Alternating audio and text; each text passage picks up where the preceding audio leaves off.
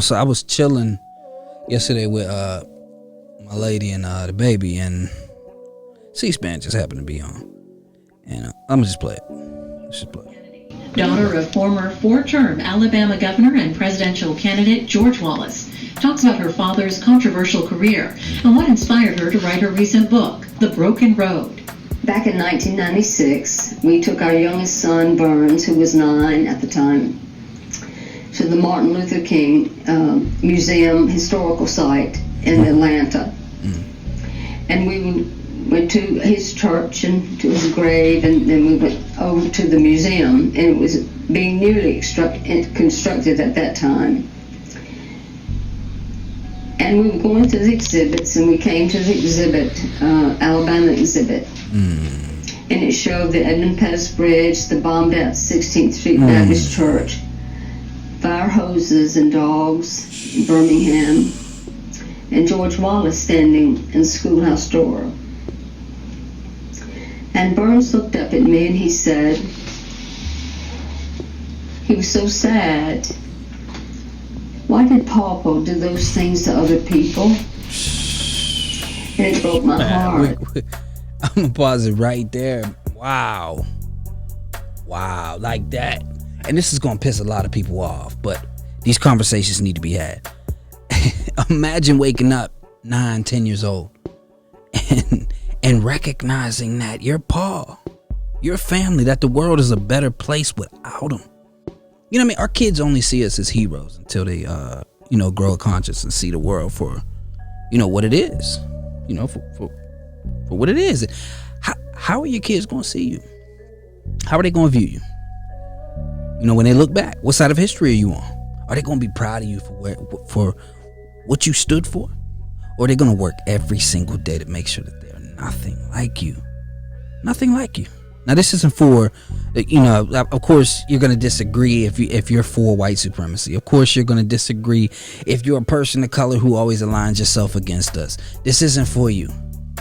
This is for those good-hearted folks who went to school with blacks, who played ball with blacks, who claim to love us. You work with blacks and you love them. They're your good friends at work. You teach them. You're the guidance counselor. You're the principal of them. Any public servant of them. Anytime there's a racial issue, you always align yourself against us. And you claim that you love us. This was crazy. You work with them. You got in-laws. You got grandkids. You got people in your family that are black friends. You continue to align yourselves against us. When I ask the question, why don't black lives matter? And I say black lives should matter. You say, no, all lives matter. Kaepernick took a kneel against racial injustice. You say it's the flag, the military. We talk about police brutality amongst black people. So look at Chicago. Killing it. Like, what you talking about? And who does that? You know what I'm saying? Would you ever go to a cancer rally, to a walk for cancer rally, and say, what about kidney disease? What about AIDS? Who does that? You show poor listening skills and a lack of ability to research. And I'm not mad at you. I don't need you to fight for me, but you claim that you love me and you continuously oppose me.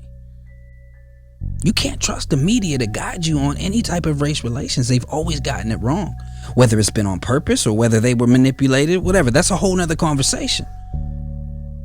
You know what I mean? But ask yourself, why do you never see news articles from the 60s?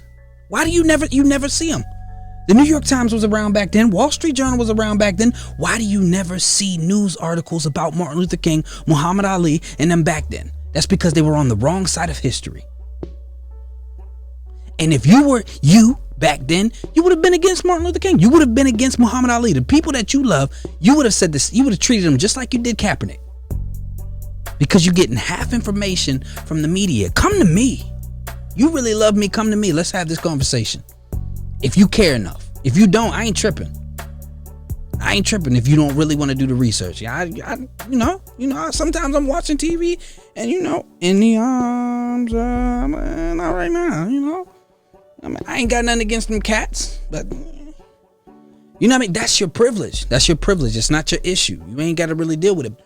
Recognize that something's been ingrained in you to continuously oppose us anytime we want to fight for something for us. Every time.